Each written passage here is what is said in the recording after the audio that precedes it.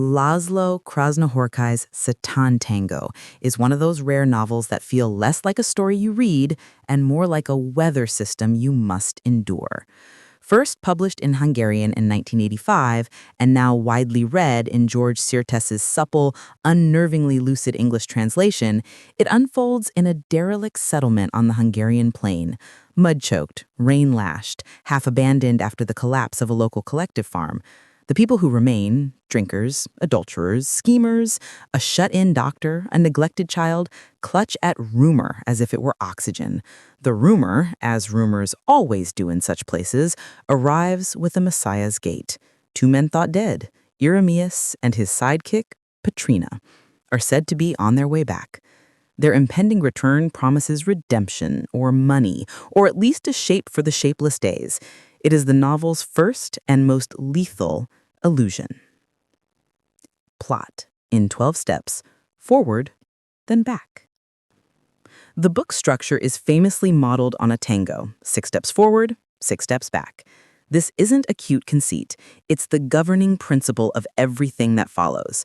The first half carries us forward through a single Satantango night as the settlement's inhabitants awake to the rumor of Irimiás, slosh through errands, descend into the People's Mill Tavern for a night of drunken revelry, and finally trail after the newly returned savior who exhorts them to liquidate their pathetic hoards and follow him toward a newly imagined future. It is the novel's first and most lethal illusion. The second half doubles back. Not merely repeating, but re-angling events through different eyes and different rooms, re-weighting cause and effect, and punishing every premature certainty we might have formed. In a lesser novel, this would be a puzzle box gimmick. In Satantango, it is the way reality is. Recursive, self-canceling, percussive. Those 12 chapters also bind the book's disparate points of view into a grim dance.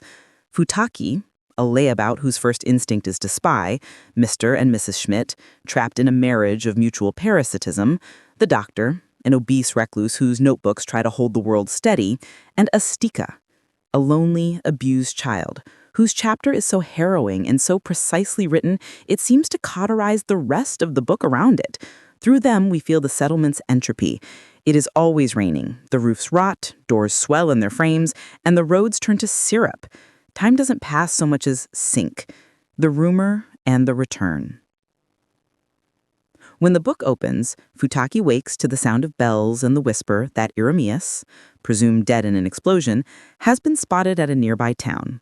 No one quite knows what Irimiás is, former worker, con man, visionary, informant, or devil. Krasznahorkai keeps him just distant enough for projection.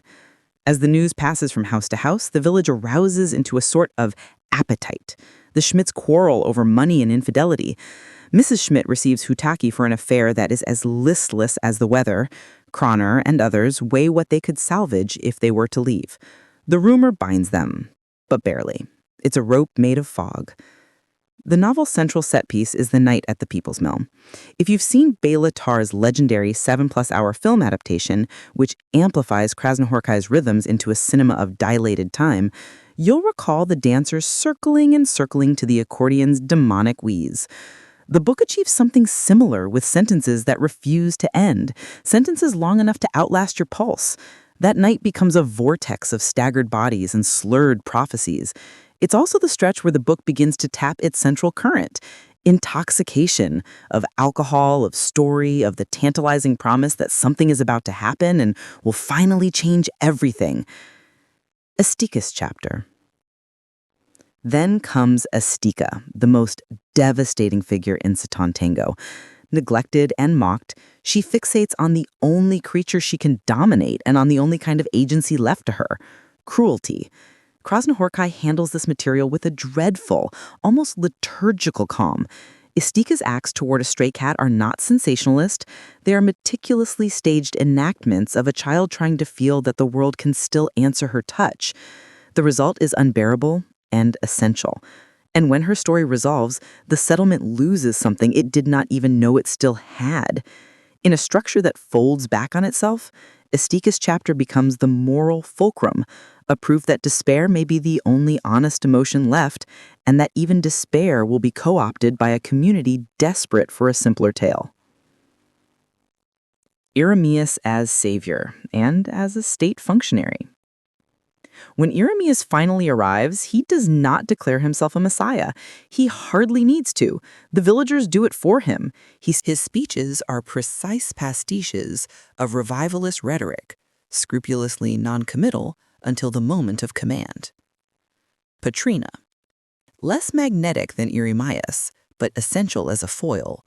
He illustrates how power pairs always include a manager of details, the man who turns suggestion into paperwork. Futaki, an opportunist whose watchfulness makes him a minor historian of the place. He grants the book a kind of low, sly wit, because his survival instinct depends on noticing what others miss. Mr. and Mrs. Schmidt. Their marriage is economic, erotic, and strategic in equal measure. They are at once contemptible and fully human. Krasznahorkai's great gift. The Doctor. The novel's negative hero. In his refusal to join the Mill's dance in Irimiás's caravan, he becomes a counterpoint to the demagogue, not because he sees through it, but because he seeks a truth in description rather than decision. His final retreat to the desk is one of the bleakest, most honest endings in contemporary fiction. Estike. The heartbreak at the novel's center. Through her, the book insists that suffering is not abstract, not sociological, not merely a symptom of the system, but something hard and specific lodged in a child's body. The settlement will fold her life into its master narrative, as all communities do. Satantango will not. Scenes you won't forget. Even readers who prefer to avoid spoilers will be better served by knowing that Satantango trades in episodes rather than twists. Among them, the tavern dance, where time becomes circular motion. You feel the bodies grinding their way toward the same chorus, again and again.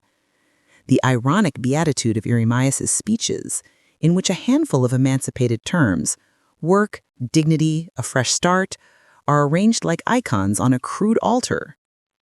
Estike's ritual, narrated with the detachment of a naturalist, and therefore unbearably intimate.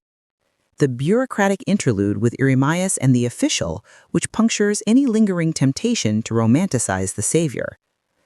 The doctor's barricading of his house and his return to the notebook, by which the narrative ends exactly where it must, with the illusion that writing can master the rain.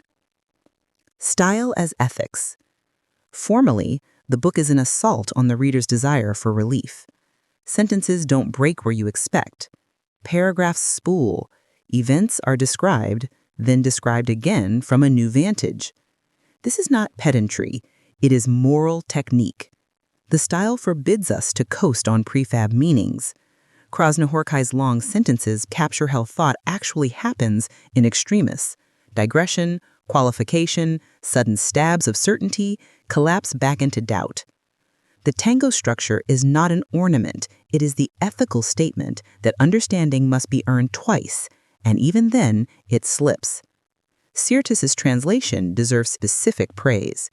English readers are accustomed to equating long sentences with floridness or difficulty. Sirtis gives us length without flab, propulsion without show, and he preserves the book's distinctive cadence of menace. Where other translators might trim for pace, Sirtis trusts Krasznahorkai's rhythm, and the result is that rare translation you can feel in your breath.